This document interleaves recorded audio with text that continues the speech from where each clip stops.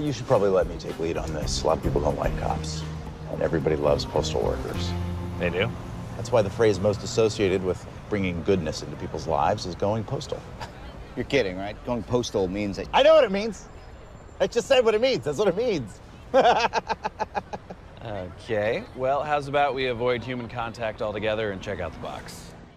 The phrase going postal, where did it come from? What does it even really mean? These days, it usually refers to snapping and getting so uncontrollably angry that it leads to extreme violence. It's a term that gets used quite casually, but it originated from a disturbing phenomenon in the 80s and 90s. There were over 20 incidents of American postal workers storming into their workplaces and opening fire on their bosses and colleagues, resulting in over 40 deaths. The Wikipedia page for postal killings is quite extensive, so what exactly was happening at the US Postal Service that pushed so many of their workers to their breaking point? Was there a reason why postal workers were more likely to explode into a murderous rage? After all, there are shitty jobs and bosses in all industries in all parts of the world. In today's deep dive, we're going into each case to examine who these perpetrators were and what their motives were, and see whether or not there was indeed something in the water at USPS causing their employees to go postal. Starting in the early 1980s, Curtis Collins, a new hire, used a high-powered rifle to kill his supervisor and wound a security guard. 2 days earlier, he had slashed her tires after getting reprimanded. Terry Smith stormed the post office with a shotgun, shot 2 employees outside, and killed the postmaster. He had quit 3 months earlier after 25 years on the job. Postal worker James Howard Brooks walked into the postmaster's office, shot him dead, and wounded another supervisor. He'd had a long-running feud with management. Stephen Brownlee, a 12-year postal veteran, opened fire in the mail sorting area without warning. He killed 2 co-workers and wounded a third. Joseph Medina pulled a rifle from a mail bag, aimed it at his supervisor, and shot a co-worker who tried to help. He had a history of suspensions and held his supervisor hostage for 2 hours before surrendering. It was an ordinary workday at the Edmond post office in Oklahoma. Mail carriers were sorting trays and prepping for their routes, until Patrick Sherrill walked in and opened fire in what would become the deadliest workplace shooting in America and gave rise to an expression that would stick in our lexicon: going postal.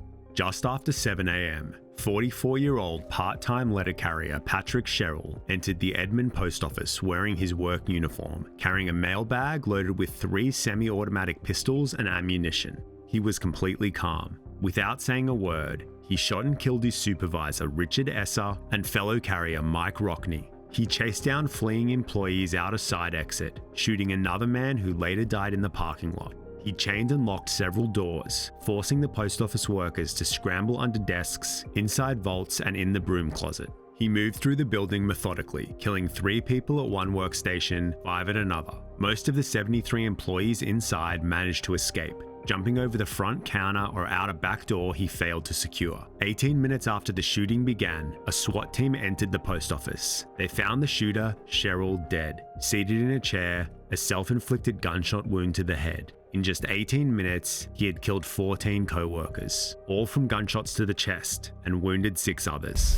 In the aftermath of the Edmond massacre, a massive federal investigation was launched into what drove Patrick Sherrill to commit the second worst mass murder in the nation's history at the time, resulting in a 7,000-page report stacked 3 feet high, and no clear answers. US postal inspectors interviewed over 400 people, from Sherrill's neighbors and co-workers to members of his bicycle club, ham radio club, and church singles group, and got many conflicting accounts about him. Some described him as shy and withdrawn, others said he had shown clear signs of violent tendencies. Investigators checked out conspiracy theories, searched his home and computer disks, but nothing definitive ever surfaced. Patrick Sherrill had worked at the Edmond post office for about a year and a half after several failed attempts at getting hired. His record wasn't clean. He'd been formally disciplined several times and often made threats of revenge. 2 days before the shooting, Sherrill had contacted the postal union, reportedly trying to seek a transfer, and the day just before the shooting, a supervisor had reprimanded him about his job performance.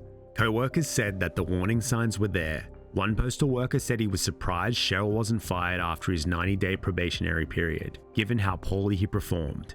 According to that worker, A supervisor admitted it was tough to let Sherrill go because of his veteran status. Another employee, who claimed to be a close friend, told investigators he was always saying that someday everybody would be sorry. He said that several times, but he said that for a year. Sherrill also reportedly once told a customer, "One of these days, I'm going to kill every one of them."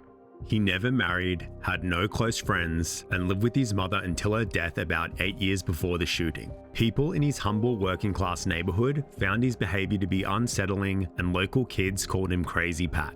He was often seen prowling around other people's yards at night, with one neighbor saying he had pointed a telescope into her living room. Another neighbor said he would ride a two-seater bike with no one in the second seat. Inside his house, investigators found BB guns, paper targets, and marksmanship medals. Sherrill enlisted in the Marine Corps in 1964, though he was never deployed. He qualified as an expert marksman with the M14 rifle and later with a pistol, the highest possible rating. He was honorably discharged in 1966. In 1984, he joined the Oklahoma Air National Guard, where he served as a handgun instructor. His service record there indicated nothing out of the ordinary. He competed on the marksmanship team and was authorized to access pistols and ammunition, two of which he later used in the Edmond shooting.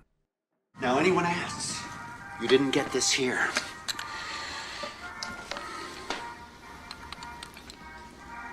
You're not a postal worker, are you? The string of postal killings continued into the late 80s. Postal clerk Dominic Lipoli shot and killed a female co-worker after she reported him for harassment. The meeting to address her complaint was scheduled for the day after the murder. Lipoli was a known problem employee with a prior gun conviction and had a history of threatening co-workers. He was drunk at the time and killed himself 2 hours later. Postal worker Warren Murphy shot and wounded 3 people, then held his girlfriend hostage for nearly 13 hours before surrendering. Joyce Davenport, a distribution clerk of 21 years, shot and killed her ex-boyfriend Tim McCoy, a fellow postal clerk. Davenport had no known mental health issues or criminal history. John Merlin Taylor shot his wife dead in their bed, then drove to his postal station job half a mile away, where he killed 2 co-workers, wounded a third, before shooting himself in the head. Taylor was a 27-year USPS veteran, just 3 years away from retirement, and was described as a model employee. Quiet, friendly, rarely complained, and was well liked by co-workers and customers. People on his route knew him by name. He seemed to have a happy marriage, but underneath his mellow exterior, something had shifted. According to his local union representative, Taylor had become increasingly paranoid. He believed postal inspectors and management were testing him by planting money for postage on his route and watching his every move. He was convinced his co-workers and wife were in on it, conspiring to get him fired. Investigators later found a suicide note in his home which read, "I'm hurting a lot for my age anyway, and only have pain to look forward to. I'm really ready to go, and these assholes have given me a reason. I'm not crazy, just old-fashioned."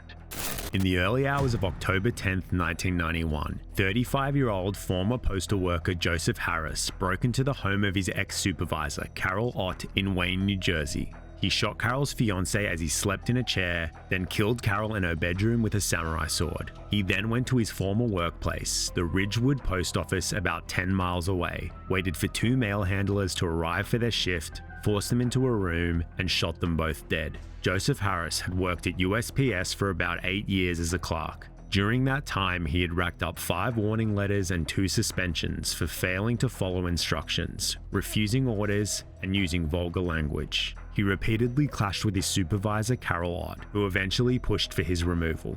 He was officially fired in May 1990 after refusing a fitness for duty exam. Carol had accused him of harassment, though she declined to file formal criminal charges. Co-workers described Harris as quiet, tense, difficult, and didn't take orders well and didn't respond to authority. His anger over his firing brewed for 18 months, and he began stalking Carol sometime in 1991, following her from work to her home and hanging around in her neighborhood. Harris was born in prison and had lifelong psychiatric issues. He served in the Navy from 1974 to 1977, where he was disciplined multiple times for disobedience and disrespect. His record described him as distrustful, defiant, and hostile towards authority.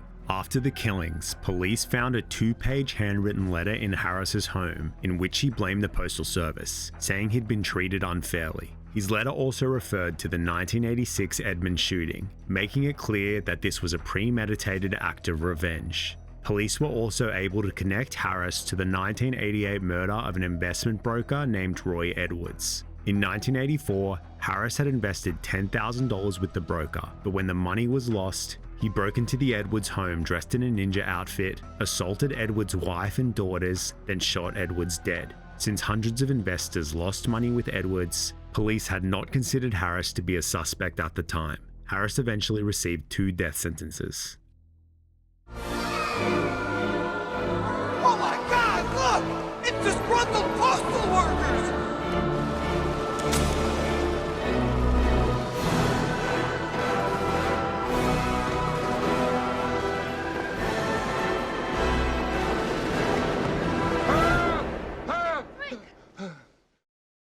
At 8:48 a.m., 31-year-old Thomas McIlvane, a fired letter carrier, walked through the back dock of the Royal Oak Post Office with a sawed-off .22 caliber rifle hidden under his jacket. Over the next 6 minutes, he killed 4 postal employees, wounded 5 others, and then turned the gun on himself. Some employees were able to escape by hiding and jumping out windows.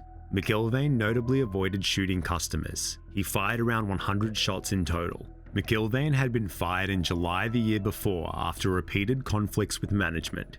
His record included verbal abuse, a 7-day suspension for swearing, and a fitness for duty exam that diagnosed him with borderline personality disorder, a history of cocaine abuse, and traumatic early life experiences. After his firing, McIlvane repeatedly called in death threats to the post office, and as a result, his concealed weapons permit was revoked.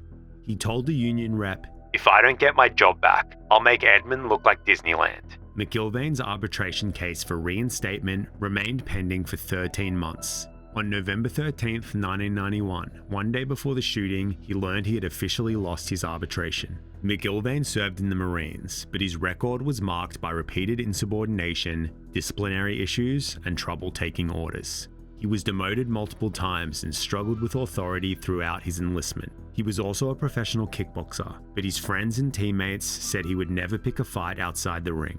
Co-workers were aware that McIlvane was a ticking time bomb. He had started off as a friendly, easygoing guy, but became increasingly volatile over the years as he was often singled out and harassed by management. After he was fired and started calling the office with threats, some workers said they started planning escape routes in case he ever came back. Prior to the shooting, the Royal Oak Post Office was already being investigated because of an unusually large number of complaints by employees and customers. Workers described it as a hostile, micromanaged environment. They were followed during routes, reprimanded for chatting or taking breaks, forced to do unpaid overtime, and penalized for minor infractions like not wearing a tie. Michigan U.S. Senator Carl Levin said the workplace was, quote, rife with harassment. A Government Accountability Office investigation had already flagged toxic conditions under the postmaster Daniel Priscilla, who had previously been transferred from Indianapolis, where he ran the facility using excessive discipline and racial discrimination. The branch manager Christopher Carlisle, who was killed in the shooting, was also transferred from Indianapolis. The investigation found that Carlisle was widely hated. Employees said that workplace morale plummeted under their leadership. Letter carrier and union rep Charlie Wither said, "I'm sure a lot of people at one time or another fantasized about killing Carlisle. Not anyone in this group, from carriers to clerk, mail handlers to personnel staff, would shed a tear for that monster." Let me ask you something. What do you do for a living, Newman? I'm a United States postal worker. Aren't those the guys that always go crazy and come back with a gun and shoot everybody? Sometimes. Postal vehicle maintenance worker Lawrence Jason shot and killed another mechanic, wounded 2 more co-workers, then killed himself. He worked on and off for the Postal Service for 27 years and had a history of warnings, suspensions, and threats dating back to 1986. Jason served in the Army from 1967 to 1969, was demoted twice for disobeying orders, and was barred from re-enlistment. He had no criminal record. On the same day in California, Mark Richard Hilbun, a fired postal worker, killed his mother and her dog in her home, then went to his former workplace and shot 2 employees, killing 1. He intended to kidnap a female employee he had been stalking, but she was unharmed in the shooting. He then began a 2-day violent rampage, robbing people at ATMs and injuring several other members of the public. Hilbun had a long history of alcohol and drug abuse and was diagnosed with schizoid personality disorder with depressive features. He served in the Air Force from 1976 to 1982. Former letter carrier Ronald Wendell Downs Sr. ambushed and shot his ex-girlfriend, who was also a letter carrier, while she was delivering on her route. He had been fired from the Postal Service for repeatedly threatening to kill her and had a past arrest for threatening her with a gun. Downs had served in the Navy. Postal worker Bruce Clark shot and killed his supervisor after an argument. Clark had worked at the mail processing center for 25 years, was quiet, had no disciplinary problems, no history of conflict with other employees, and was known for caring for stray cats. He served in the Marines from 1966 to 1970 and had no history of substance abuse, mental health problems, or violence. Fired mail handler Charles Edward Jennings shot and killed labor relations specialist James Brown in the parking lot of his former workplace. Jennings' track record at USPS was conflicting. He had been recognized several times for excellent performance, yet had multiple suspensions and letters of warning, and was ultimately fired for falsifying records and fraud. Before the shooting, Jennings explicitly threatened to kill several supervisors if he was terminated, but those warnings were never passed on to authorities. After the firing, he spiraled into heavy drug use, spending several days in a motel smoking crack, where he reportedly told a woman he planned to kill his former bosses.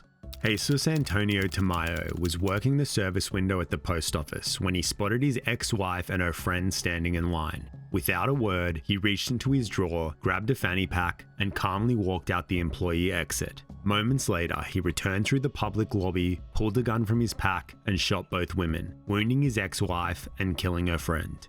Tamayo then stepped outside and shot himself dead. He and his ex-wife had been divorced for 4 years before the shooting. Anthony James DeCulet shot and killed a fellow postal clerk, wounded 2 more, then killed himself. 16 months earlier, DeCulet had told his therapist that he was under a lot of stress and wanted to kill his boss, while co-workers believed the shooting was a result of frustration over unrequited love he had for a co-worker. He had been evaluated by the USPS but was deemed fit for duty and did not pose an acute danger. He served in the Marines for 5 years and received a Good Conduct Medal. Letter carrier Maceo Yarbao returned from his route, entered the lunchroom of North Haven Station, and shot postal clerk Lavinia Shaw, believing that she had directed her boyfriend and postal inspectors to follow him. Yarbao suffered from paranoid schizophrenia. He was found mentally unfit to stand trial and was committed to the maximum security unit at a state mental hospital. Even though I apologized to Lucy, something was still plaguing me. Like Josh thinking I was mean was making me postal. Move into the right lane? January 2006's infamous Goleta shooting is considered to be the final chapter in the deadly era of going postal killings. Although there have been a few more post office workplace shootings since then, that barely made headlines due to the fact that the public had become desensitized to incidents where only 1 or 2 people were killed. 44-year-old Jennifer San Marco started her day at the Santa Barbara condo complex where she lived 3 years earlier and shot her former neighbor, Beverly Graham, in the head, someone she used to argue with constantly. Less than an hour later, San Marco arrived at the Goleta mail processing plant, where she had previously worked for 6 years. She tailgated another car through the security gate, stole an employee's ID badge to enter the building, pulled out a handgun, then methodically shot 6 employees dead. Her last victim was listening to music with headphones and never heard the gunshots. San Marco then shot herself in the head. To this day, it remains the deadliest mass shooting ever committed by a woman in US history. San Marco had a documented history of severe mental illness. In 2003, the USPS had forced her into psychiatric retirement and she had to be wheeled out of the mail processing plant in handcuffs. She had a long-standing feud with her neighbor Beverly, and other neighbors described her as unstable as she could often be seen arguing with herself, kneeling and praying in the street, singing at the top of her lungs, and stripping naked in public. She later moved to a home in the New Mexico desert. She attempted to distribute her homemade newsletter called The Racist Press, which was filled with errors and bizarre explanations about serial killer David Berkowitz, who was working as a letter sorter for the USPS at the time of his arrest, the KKK, and other racist murders. Co-workers said her behavior grew more bizarre over the years. She'd talk or argue with herself and sometimes made racist comments, though she never actually threatened anyone. 6 of her 8 victims were minorities, so racial discrimination was not ruled out as a motive. Police later found incoherent writings in her home alluding to a conspiracy against her, orchestrated by her former workplace and a local medical facility where she was once held. Despite all this, San Marco was able to legally purchase her gun and ammo used in the shooting from a local pawn shop. So what exactly was going on at the USPS that led to over 20 mass shootings perpetrated by employees in just 2 decades? Let's rewind a bit first. The US Postal Service didn't always operate like a business. It was an official department of the federal government until 1971, when it was restructured into a semi-independent agency meant to run like a business but still serve the public. The plan was for it to eventually fund itself, but it didn't really work out that way. By the mid-1970s, the USPS was hemorrhaging money. Stamps doubled in price, while the post offices were barred from expanding into non-mail services to bring in extra revenue.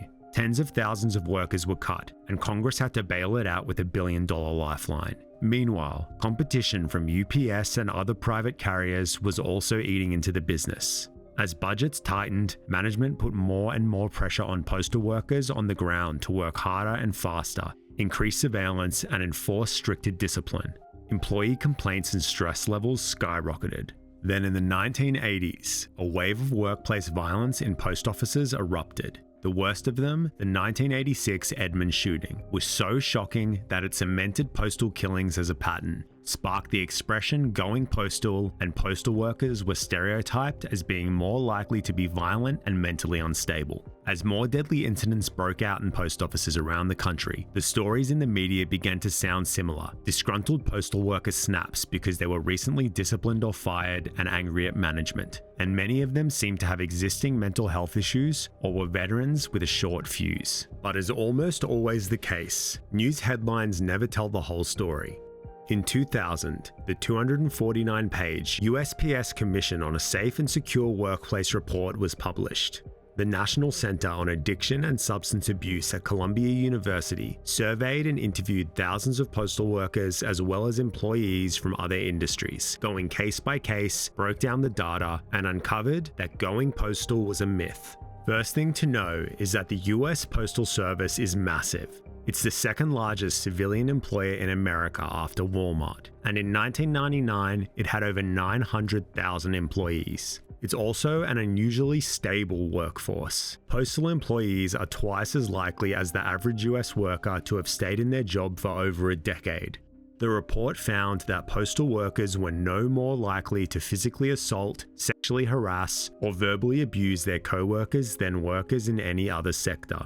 What the data actually showed was that workplace violence in general was far too common across America, not uniquely at the USPS. In fact, postal workers were much less likely to be victims of homicide on the job. Between 1992 and 1998, the rate of workplace homicide among USPS employees was 0.26 per 100,000, about 1/3 of the national average of 0.77. For perspective, retail workers were 8 times more likely to be killed at work, and taxi drivers were 150 times more likely. As for whether postal workers were more likely to be killed by co-workers, the numbers were impossible to pin down because nearly half of all workplace homicides in the US couldn't be traced to a known perpetrator type. Therefore, there was no solid basis for comparing USPS to the rest of the workforce on that point. The report did reveal some serious structural problems at the Postal Service and a lot of unhappy employees. Even though postal workers were actually found to be less angry, aggressive, and stressed than average, they still tended to have more negative attitudes about their jobs, their co-workers, and their managers. 31% of postal workers had negative opinions of their co-workers versus 14% nationally, and only 58% felt positively about their managers versus 79%. The USPS also had a massive 126,000 active grievances, with 6,300 of those ending up in arbitration in 1999. For comparison, the entire US auto industry of over 400,000 unionized workers saw just 11 arbitrations in 1 year. Postal workers consistently rated their managers more negatively than the average American worker. They were less likely to trust leadership to be fair or honest, less likely to feel recognized for good work, and less confident that management was making the workplace safe. In fact, 27% said managers would, quote, try to provoke employees to violence, compared to just 6% of the national workforce. 8% agreed that threats or violence were effective ways to get things done at work, which was 4 times higher than the national rate. Postal workers reported having little freedom in their day-to-day work and scored significantly lower on autonomy measures than workers in other industries. Postal workers were also more than twice as likely as the wider workforce to fear their supervisors. The stats from the report painted a clear picture of a highly toxic workplace culture. Add to that underfunding, strict management, and unreasonable productivity demands, you'll get a workplace where people are deeply unhappy. I'm not trying to victimize the killers, but it turns out when you strip workers of their autonomy and ignore their grievances, some of them might snap.